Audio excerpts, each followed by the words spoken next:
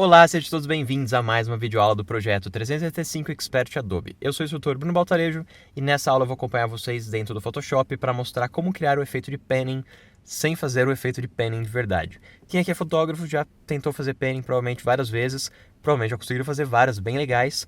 E a ideia não é que não quero fazer desmotivá-los a vocês a fazerem isso na vida real, mas eu quero mostrar uma maneira de você fazer isso fácil dentro do Photoshop, ou pelo menos otimizar quando você fizer na vida real, e não ficar exatamente o que você queria. Você quer um pouco mais interessante, você pode dar aqui um ganho dentro do Photoshop. Eu vou mostrar aqui em dois exemplos. Peguei aqui duas imagenzinhas para a gente testar. Então tem duas fotinhos aqui. Nessa primeira, não seria exatamente um panning. Seria mais, por exemplo, só deixar o tempo de exposição longo para pegar um objeto com um movimento mais longo. Seria o contrário do panning. E depois o que seria o panning mesmo. Então eu vou começar aqui aproximando da imagem, porque eu quero recortar esse carrinho aqui. Tá? Eu quero recortar ele fora. Não precisa ficar perfeito, só aproximado. Então eu posso usar alguma das ferramentas mais simples, porque eu não preciso do objeto inteiro. Eu quero uma aproximação do que é o objeto. Se você estiver usando uma tablet, você pode pegar a ferramenta laço e só fazer um traço em volta do carro, com um pouco aqui de qualidade. Com a tablet, provavelmente vocês vão ter um pouco mais de precisão. Se vocês não tiverem, pode usar caneta, e daí sim vocês têm realmente precisão. Daí você pode usar a canetinha ali junto com o mouse. Como eu quero aqui só um recorte mais ou menos, eu peguei aqui a laço, e daí eu vou mudar aqui para seleção rápida, e só somar, deixar aqui no modo de somar, o detalhezinho outro que tenha faltado. E beleza. Para eu duplicar isso uma nova camada, eu uso Ctrl J.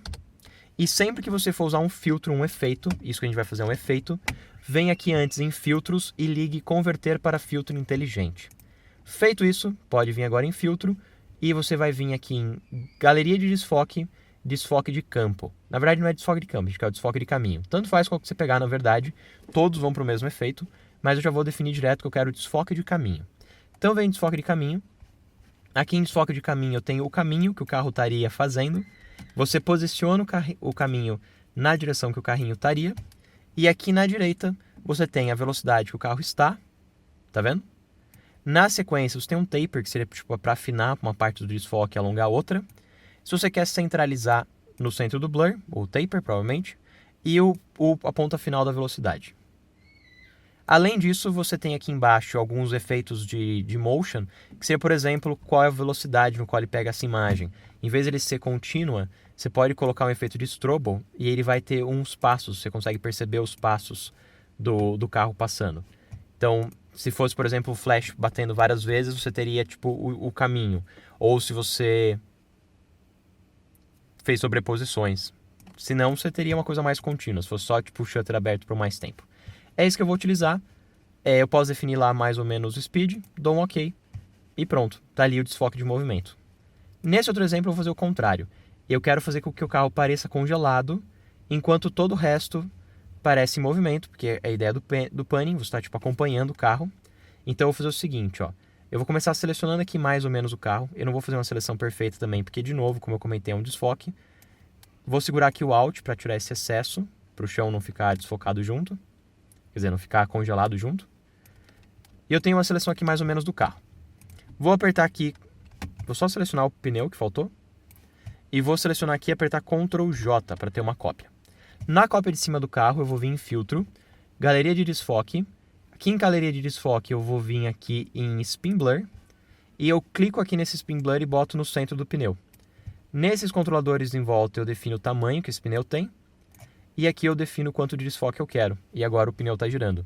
Aqui em Strobe Effects eu posso fazer que dê para perceber mais os passos do flash. Daí você percebe um pouco mais a roda do pneu. E seria basicamente essa ideia. Daí você controla ali para ver melhor as rodas do pneu. Para ficar igualzinho do lado, eu vou selecionar esse.